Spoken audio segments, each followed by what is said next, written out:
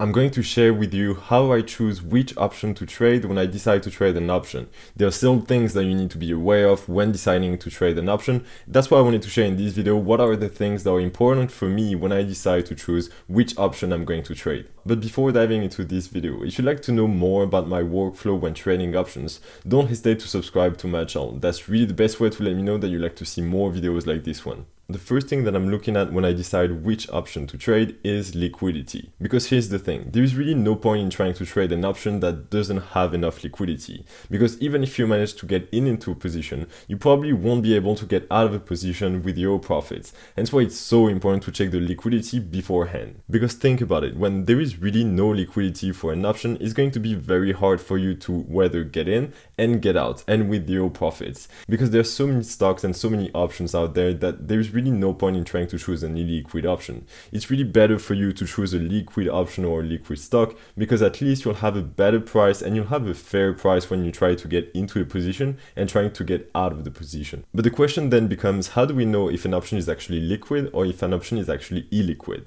And to know if an option is liquid, we can use the open interest. The open interest refers to how many contracts are currently being held right now. For example, if you buy an option and that you have one option in your portfolio, then the open interest counts for one. And the open interest is a very good indication of how liquid an option is. And if you decide to go for an option that have a smaller open interest, you'll have a lot more trouble getting into the position and getting out of the position. Compared to an option that has a bigger open interest, it will be a lot easier for you to get into the trade and get out of the trade with your profits. And if we look at, for example, the SPY, the S&P 500 ETF, and we decide to look at, for example, the February expiration. If you put the open interest in the column on TestyWorks, for example, you can see that there are thousands and thousands of contracts currently being held right now. What does that mean? Well, because there are so many contracts currently being held right now, if you decide to get into a position right now, you'll probably get into a position at a very fair price because there are so many buyers and sellers that the mid price will be also very liquid. And if we decide to look at, for example, IPG, it's an advertising company and they also offer options. Well, if you decide to look at the February expiration, for example, and we look at the open interest within that expiration, you can see that there is a huge difference compared to what we saw before. And if you decide to get into a position with that few contracts currently being held, it's going to be very hard for you to get into a position at a fair price. And worse than this, getting out of a position with your profits if you make a profit. And the keyword here is really getting out of the trade with your profits. And let me tell you a story why it's important. When I was starting out and I was starting to trade options, I decided to trade XLE and I decided to go for a weekly expiration. And what I didn't know at the time is that weekly expirations tend to have a lot less liquidity than monthly expirations. And what happened is that I decided to trade an option that had very, very low open interest. And of course, I had no idea what the open interest was at the time, and I had no idea how it would hurt me afterwards. And what happened is that I decided to sell what we call a short strangle, meaning that you bet that the price is going to stay within a certain zone. And what happened is that I was wrong. Actually, the price went out of my profit zone, and what happened is that I got into a loss. And one particularity about selling short strangles and also selling naked options is that your loss is theoretically undefined, meaning that if the price, for example, went to zero, well, you could lose a lot of money, and theoretically there is no limit to how much money you can lose. And I know it's quite scary, but usually it doesn't happen, so no worries. But what happened here is that I was wrong and I was in the loss and I wanted to take my loss, but I couldn't get out of the trade because there was no liquidity.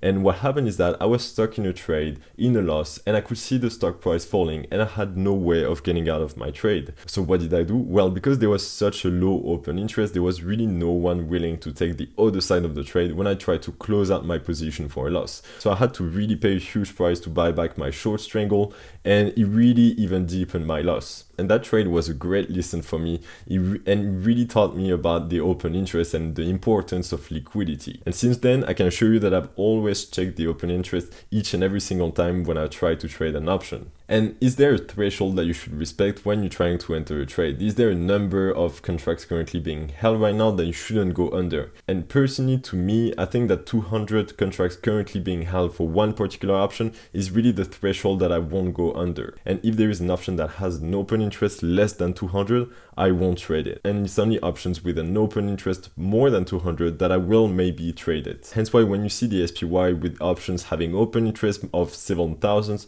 you can be quite sure that you're always going to find someone willing to take the other side of the trade, and you won't have any troubles in terms of liquidity. And the second thing that I'm really careful when I try to trade an option is the probability and the risk reward. For example, if I decide to sell a cash secured put, meaning that I'm willing to own a stock, but instead of owning the stock directly and buying shares, I decide to sell a put. There are two outcomes possible here. Whether the put that I sell expires worthless, and in that case, I keep the premium and make a profit that way. If the stock price falls below my strike price and it happens that I get a sign, then I have to cover the assignment, and I now become the proud owner of 100 shares of the stock that I sold a put on. And when I sell a cash secured put, after I check the liquidity and I now know that all of the options that I'm looking at are actually liquid, I'm going to actually look at the probabilities. And nowadays, it's very easy with brokers to actually pinpoint the probability that you want to have when trading options. For example, if I decide to sell a cash secured put,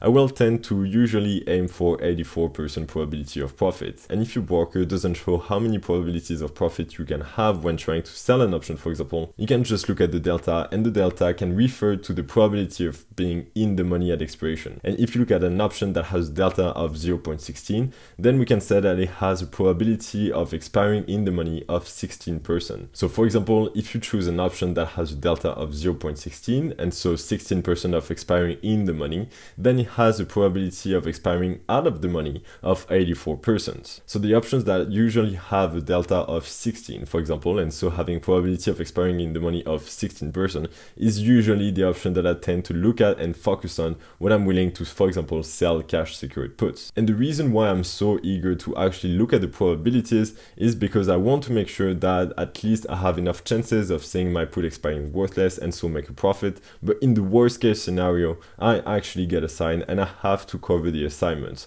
And I know that on the long term, if I keep selling, for example, cash secured put having a probability of profit of 84%, I will have 84% of the time my puts expiring worthless and making a profit that way, and 16% of the time I will be assigned and when I will have to cover the assignments. And another example is when I trade earnings. Every quarter, companies release how much money they earned during the last quarters, and those events are really subject to volatility, and you can really take advantage of them when you trade options. What I tend to do personally is that I sell short strangles during earnings, so I bet basically that the price is going to stay within a certain zone during the earning events. And what I do personally is that I'm really going to pinpoint the probability of profit that I want when I'm going to sell my short strangle for the earning events. And usually I'm going to aim between 84% probability of profit and 90% probability of profit. And I can really pinpoint this by choosing actually the call and the put that I'm going to sell, and it's going to be really easy after that to sell short strangles. And I do that over and over for a lot of companies. That's how I'm going to actually trade earnings. So to sum it up, the liquidity and the probability of profit are really the two factors that I'm actually going to look at when trading options. I hope you enjoyed this video where I talk about the workflow that I go through to know which option I'm going to trade. If there's anything that you'd like to know, just comment it below and I'll add it to my to-do video list. If you enjoyed this video and you found it interesting, or maybe you learned something,